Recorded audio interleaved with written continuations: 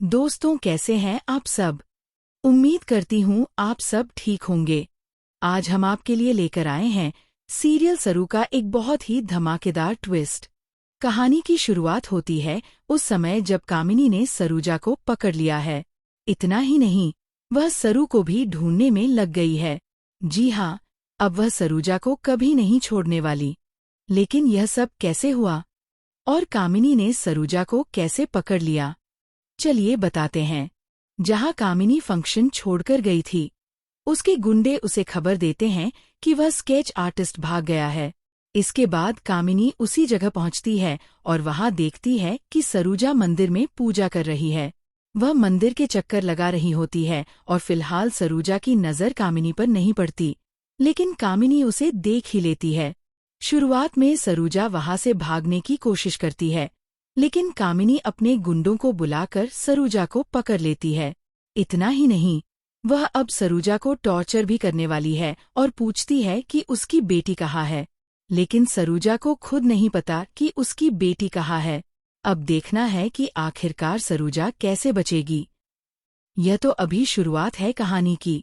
आगे जो होने वाला है वह बहुत ही खतरनाक है।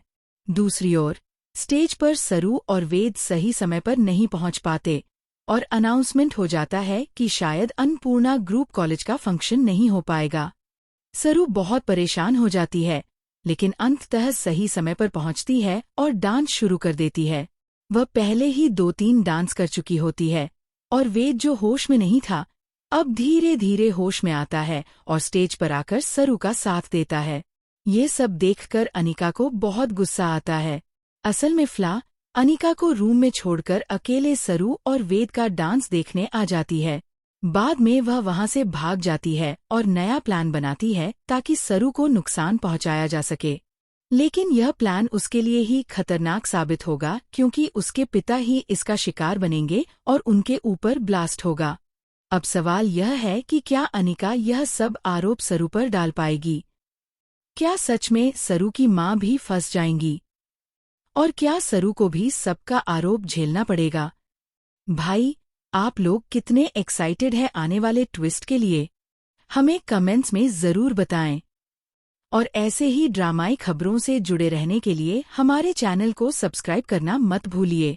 अच्छा, करके फिर मिलेंगे एक नई कहानी के साथ। तब तक के लिए खुश रहिए, सलामत रहिए और देखते रहिए फिल्मी ड्रामा सीरियल।